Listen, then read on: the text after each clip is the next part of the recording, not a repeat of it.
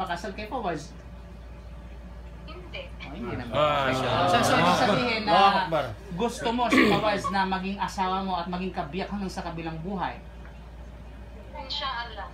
Okay. Sabi mo, oo, inshallah. Sabi mo, oo, inshallah. Opo, inshallah. Okay. At ikaw ba, bro? Okay. Gusto mo ba yung kapatid ko na si Lorhaina Igas na makasama sa hirap at ginhawa hanggang sa kabilang buhay? Oo, Ustad. Inshallah. Okay? So yun yung sabihin, malinaw sa atin na walang sapilitan. Kasi sa Islam po, bawal ang sapilitan. Okay? Bawal. Ninaw? Pangatlo, ang ipaasawa o ipakasal ang babae ng kanyang wali mismo sapagkat ang katunayan ay nakasaad sa mga wali mula sa Quran at Sunnah. Ito ay bagay na malalim na pagtatalakay. But anyway, ang ibig sabihin ng wali ay ang guardian. At ang guardian in Sharia ay nanggaling sa babae. Ibig sabihin yung lalaki kahit walang guardian. So babae lamang ang kinakailangan ng guardian. Ang tinatawag sa Arabic yan ay wali. You know? Hindi wale. Okay? Kundi wali. Ibig sabihin ay guardianship. You know? Na kung kaya, since na ang official o ang tinatawag na initial o primary guardian ng aking kapatid ay ang aking tatay kasi buhay pa yung tatay namin. So since na siya yung initial na sabihin natin na guardian at ako ay kapatid lamang niya, so hindi ako pwede mag-intervene maliban lamang sa kapahintulutan ng aking tatay. So mismo, sa Fawaz, at yan ay nakikinig yung aking sister na i-turn over sa akin yung pagiging yung wilaya o yung pagiging wali. Okay, para sa kasal na ito. Allah. You know? At yan ay sabihin ay meron na kaming initial na kumbaga ay set up, yung pag-uusap. Then of course ay pang-apat, pagkakaroon ng saksi ng sa kasunduan ng pagpapakasal. Akibat dito ay ang pagkakaroon ng mga pagpapabati sa mga tao hinggil sa kasalang naganap alinsunod sa Nabi sallam a'linu an-nikah. Ihayag o ipatala sa inyo ang tinatawag na nikah. Ibig sabihin dito, yung saksi. Okay? So, mayroong tinatawag na saksi. Ang minimum na saksi sa nikah ay 2. Okay? 3 is better. Ika nga. Or 4, much better. You know? The more, the merrier. You know? So, meron tayong 4 na saksi dito. At kabilang sa katangian ng saksi ay kinakailangan ay mapagkakatiwalaan. You know? Isang may takot sa Allah subhanahu wa ta'ala, iba hindi kumbaga hindi kilala ng kasinungalingan at hindi nakilala ng tinatawag di pagiging makatarungan. Kilala niyo ba yung mga ito? Okay, ano ang masasabi niyo sa kanila? Parang binayaran kayo. According to height pa. Okay. So, ibig sabihin dito, alhamdulillah, at saka personal kong kikilala yung mga ito. Sila ay mapagkakatiwalaan, alhamdulillah. But anyway, sila yung mga mashallah, mga balik Islam, no? Alhamdulillah. Tinatawag ng mawali natin.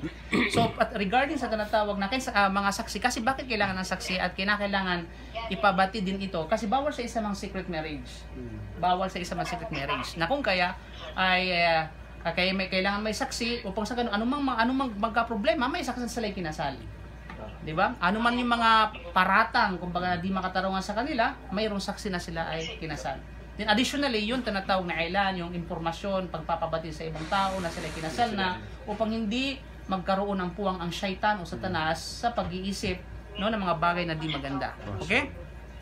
So yun po yun. So of course, kailangan sa isang wali ay ang mga sumusunod, nasa wastong kaisipan. Of course, nasa wastong kaisipan naman siguro ako. No? Nasa wastong gulang, of course, higit pa sa wastong gulang. Korea o pagiging malaya at hindi alipin. Of course, hindi ako alipin. Alipin lang ako ng pag-ibig. Alipin ako ng Allah, syempre. Of course, pareho mananampalataya. Alhamdulillah. Okay? Then, ang pagiging makatarungan, alhamdulillah, hindi ko, la uzaki ang nafsi, ila Allah subhanahu wa ta'ala, hindi ko binabrag yung sarili ko. At least kahit paano, we'll try to be just, no? Then, of course, ay kinakailangan sa wali. Of course, hindi pwede maging wali yung babae. Ang rusyud, pagiging tinatawag na makatwiran. So, alhamdulillah, yun ang tinatawag na wali. Okay?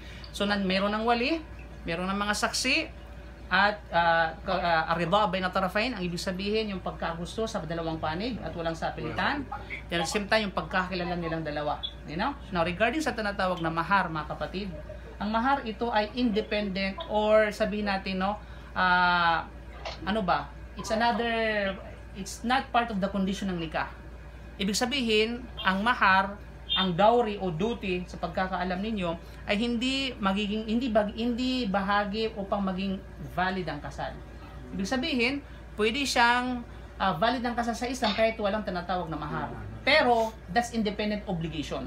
Separate obligation po yan. So, ang hatol ng mahar ay obligado na isa katuparan ng tinatawag na sabihin natin ng lalaki doon sa babae batay sa napagkasunduan. And I think, napagkasunduan ninyo siguro yung mahar. Okay? Tanungin natin yung sister. Kasi hindi ko alam talaga yung mahar sa pagitan nila. Kasi ayoko manghimasok sa bagay na yan. That is like, karapatan yan ng kapatid ko.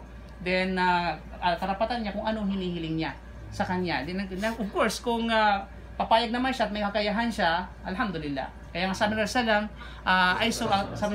ay soros sadak, ang pinakamainam na tinatawag na pinakamay baraka na sabihin natin na mahar, yung may kakayahan na ibigay yung lalaki. Okay, tanungin natin, Lorhaina. Okay. Regarding sa mahar, nagkasundo na kayo dito sa mahar. Napagkasunduan niyo na. Opo. Okay. Okay, so napagkaso. Kayo yung mga saksi kayo ha? Okay, napagkasundo ng tinatawag na sabihin nating mahar. Okay. So, lahat kumpleto na yung conditions ng nikah. You know?